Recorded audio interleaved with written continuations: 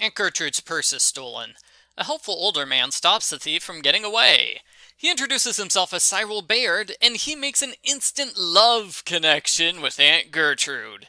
It doesn't matter that she's an old spinster. She needs some loving in her life.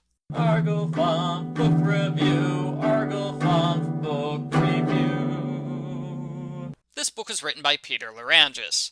Gertrude and Cyril go out on several dates. There's a funny role reversal, because normally she's the one who stays at home, worrying about all the trouble Frank and Joe are getting themselves into. Now Frank and Joe are the worried ones at home, because they don't know where she is, and it's getting late, and do you think she's in trouble? They go to Cyril's house and peek in through the window, only to see Cyril and Aunt Gertrude passionately kissing by the fireplace. I'm just kidding. Aunt Gertrude is knitting, Cyril mistakes the Hardys for trespassers, and almost shoots them. Surprisingly, this does not ruin Aunt Gertrude's affection for him. She gives Cyril her life savings of $50,000. After this, he starts to avoid her. He breaks their dates all the time. It's fishy, so Frank and Joe investigate. It turns out Cyril is an imposter named Henry Simone, and mobsters tried to kill him last week. Aunt Gertrude is furious. He broke my heart and stole my money! That villain, I could kill him! She says this right in front of the police. Simone is found dead the next day.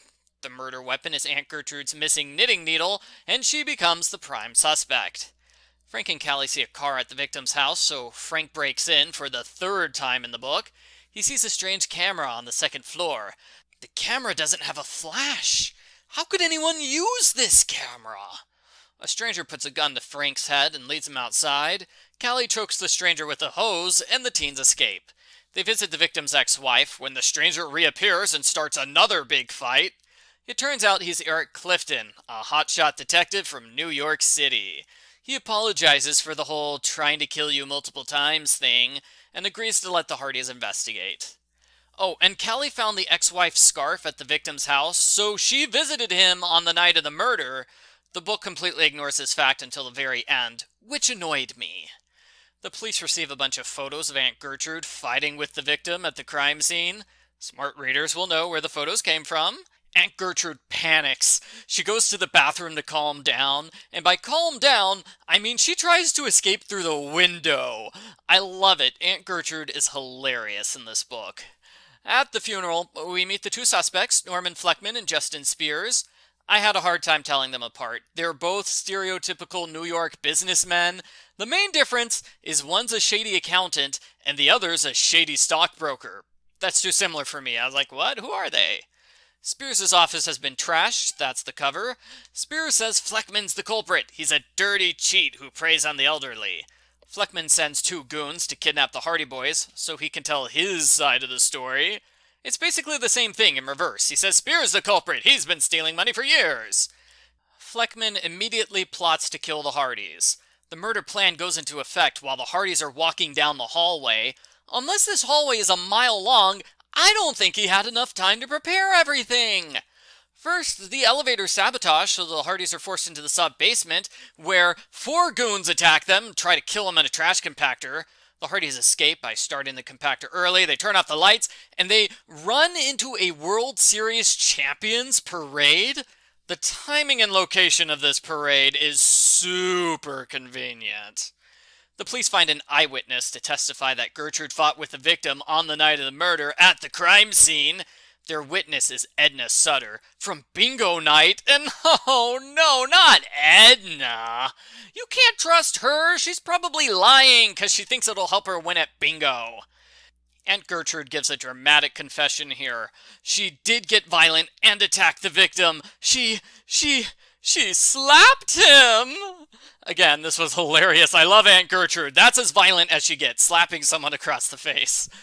Dad looks at the photos. He discovers the incriminating photo is a fake. There are airplane lights in the background which prove it was taken on a different night. Frank realizes, whoa, if the photo's a fake, it was probably taken by the strange camera. That means Clifton is the culprit. Spears calls. He found important evidence and hid it in a briefcase. The Hardys rush to the train station, but the culprit beats them there and steals the briefcase, and then we have a big chase sequence and a showdown. where the culprit holds a gun to Callie's head and threatens to kill Frank's girlfriend.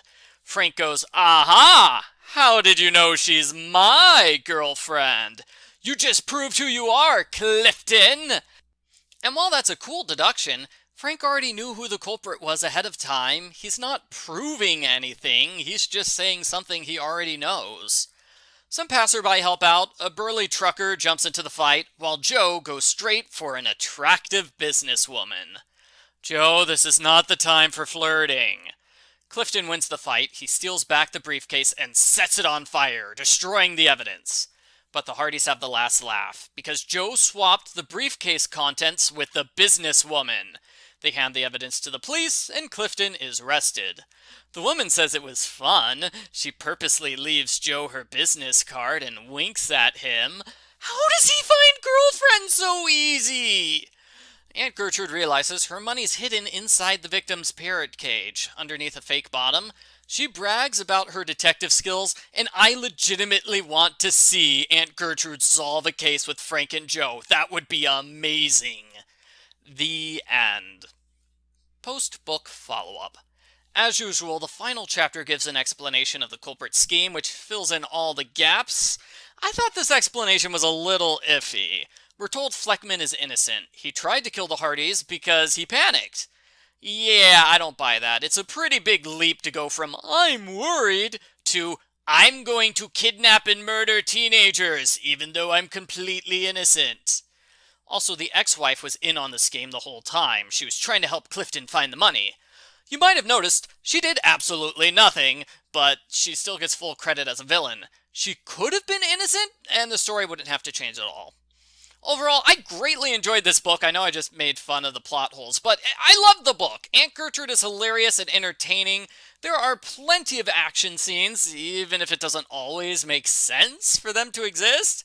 I would definitely recommend this book. I thought it was fun and funny. I give Hardy Boys Casefiles number 18 a killing in the market, an 8 out of 10.